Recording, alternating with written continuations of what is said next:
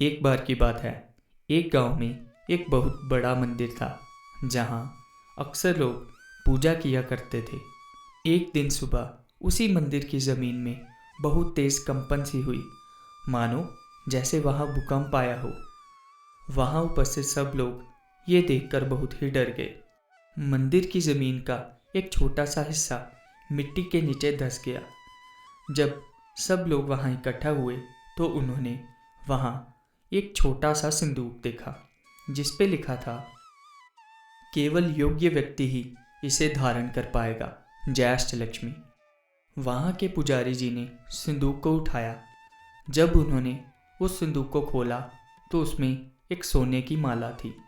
सब लोग ये देखकर बहुत हैरान हुए और उसे अपना बनाने के इच्छुक हो गए। सबसे पहले तो वहाँ के पंडित जी ने सोचा कि मुझसे योग्य व्यक्ति यहाँ और कौन हो सकता है। इसलिए सबसे पहले उन्होंने ही उस माला को धारण करने की कोशिश की, मगर जैसे ही वो माला अपने गले के समीप लेके गए, वो माला बहुत ज़्यादा छोटी हो गई, जिस कारण पंडित जी उसे अपने गले में धारण ना कर सके। सब लोग ये देखकर खूब हंसने लगे और उन्होंने बोला, पंडित जी, लगता है आप इसके योग्य नहीं हैं।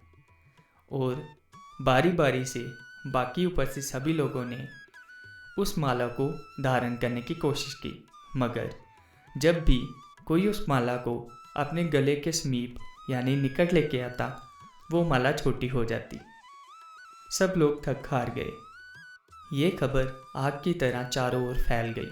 अब अन्य राज्यों से भी लोग, पंडित, शास्त्री सभी उस माला को धारण करने के लिए वहाँ इकट्ठा होने लगे, मगर जब भी कोई उस माला को अपने गले के समीप लाता, वो माला छोटी हो जाती। अब सब लोग चिंतित हो गए और ये भी जानना चाहते थे कि आखिर इस सोने की माला के लिए असली योग्य व्यक्ति है कौन। इतने में एक किसान वहाँ से जा रहा था। सबने बोला, किसान भाई, तू भी कोशिश कर ले, क्या पता ये माला तेरे लिए हो।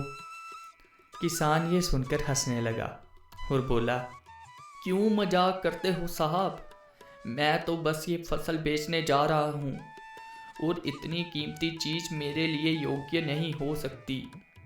मैं तो इसे बेचकर बस अपने परिवार का पेट भर लूँ, ये ही मेरे लिए बहुत है। किसान की ये बात कहते ही सोने की माला और भी ज़्यादा चमकने लगी। तब लोगों ने किसान को ये सोने की माला डालने के लिए बहुत विवश किया। आखिरकार किसान ने उनकी बात मान ली। उसने जैसे ही माला को पकड़ा और अपने गले के समीप लेके गया, वो माला लंबी होकर एक सोने का हार बन गई और बड़ी आसानी से किसान के गले में आ गई। सबने किसान की जय जयकार की और सारा मंदिर जय अष्टलक्ष्मी, जय अष्टलक्ष्मी के नारों से गूंज उठा।